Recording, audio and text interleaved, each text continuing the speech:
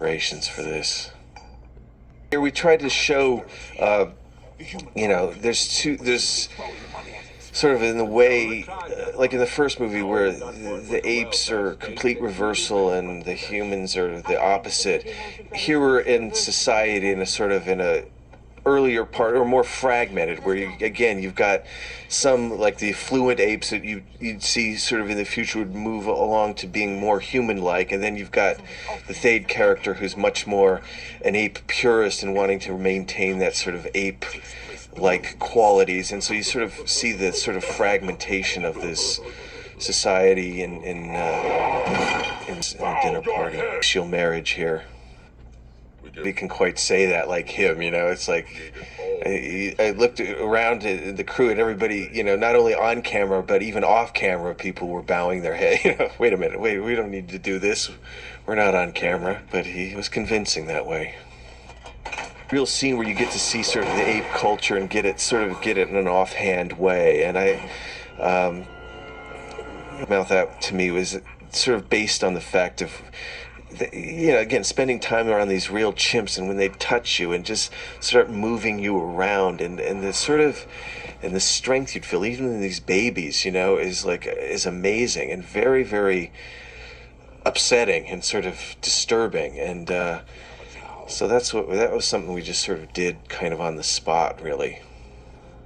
Actors and having to have the ability to move and letting their eyes come through. I mean, that is the other thing, Rick Baker and we talked about contact lenses at the beginning, but just felt at the end of it that it was just so much more important that the actors just have their eyes, because that's what it's all about. And I mean, Helena, you want to see her eyes, and Tim did an amazing thing where he just somehow got this weird glint in his eye on camera that was just like really animal-like, and I always looked for the light to see how that was happening, but it was happening, from the actors, and that was again crucial to letting something come through. The aspects of the makeup in a certain way. I mean, one of the issues was like, okay, how much does it look like the person or not? Because you didn't want it to end up like the Wizard of Oz, because then it does become more like a caricature, But at the same time, we wanted a little bit of a feeling and flavor of the people, because that's important too. So it was always this weird balance of finding what that was. Down with the costuming as well, I mean, we tried certain things that looked.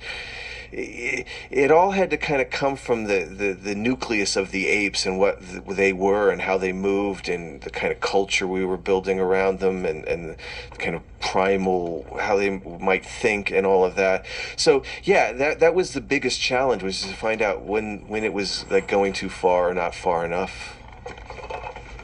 This cast, because again, I always like casts that's very mixed types of people. You get people of different ages, different acting styles, different everything, backgrounds, and sort of stick them all there together. And that's something I find quite exciting. With the apes, it was very simple.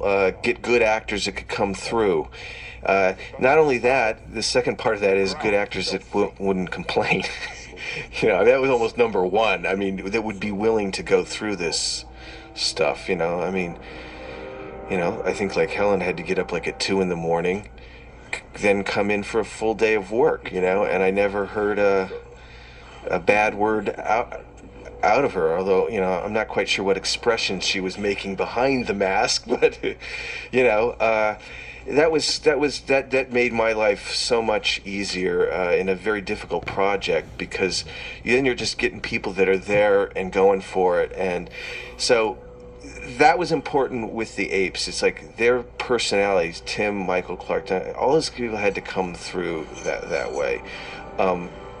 Mark was a good, he was great for me, because it's like what this part needed was, it needed like a real kind of, it's almost like an old movie star kind of, very simple, understated, you know, didn't want him kind of coming onto this planet going, okay, like, you know, let's save everybody and where are all the chicks, you know, and let's get, okay, let's go, you know. I mean, it required that sort of undercurrent performance, and you know, you can't ask somebody to do that. They either have or they don't. And I mean, Mark has that ability to kind of look and kind of, just with a simple look, it's like, where in the hell am I, or get me the hell out of here, you know. Stated, and that to me was important because basically, you know, you got basically people running around like cavemen, you know. I mean, you kind of have to pull it back a little bit to some kind of understated a little bit. I mean, as understated as people dressed like cavemen can be in those Hammer movies, and people like Peter Cushing or some older movie stars, you know, they just do a very simple kind of thing. You know, while all hell is breaking loose, and they're just kind of the voice of kind of reason in a way. Simple set, this set, because and there weirdly there's again a slight Japanese quality. In a lot of our ape movements, we sort of discovered and intertwined a lot of like samurai movements, because it seemed like, and even in the costumes there was a slight Japanese feel. We didn't completely go that way, but in studying ape movements, you know, because we thought like, well, you know, if an ape with a sword, they don't use it like, you know, they don't do overhand like we all do.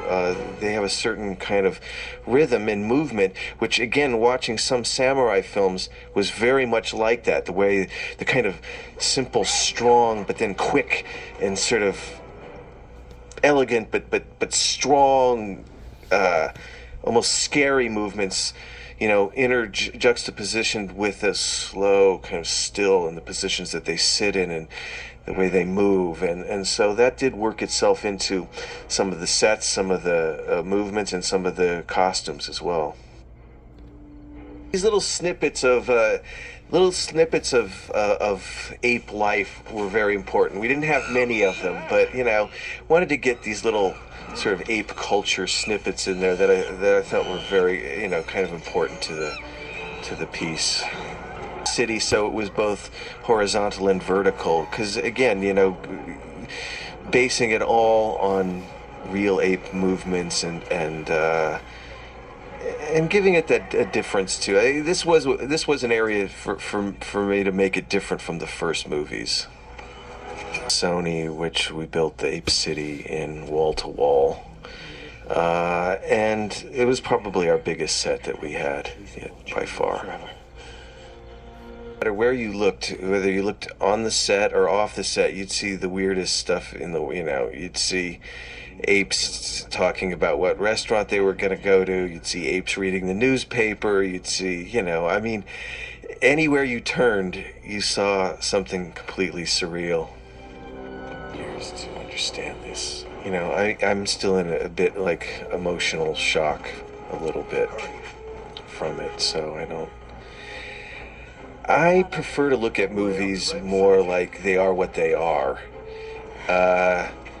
You know, the idea of going back to like King Kong is because you could do the effects better, making them better. That's something that, you know, I think movies need to, they are what they are. That's why I like the time frame of it. I like the limits of it, because time, you know, it's all the energies of that time and of that moment put into one thing. And so I try not to think too much about doing something differently, because I'd go insane.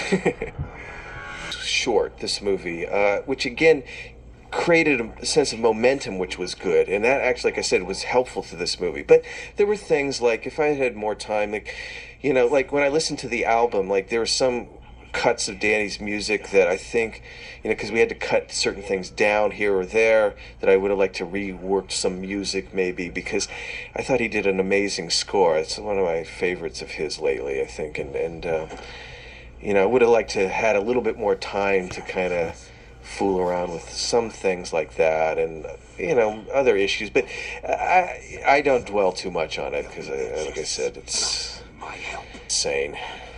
Star Wars, I thought, well, you know, I was kind of against it, because it's like, you know, that movie was such a milestone. It's like don't you want to see it as it was? I mean, I do. I don't want to see them keep adding things to it.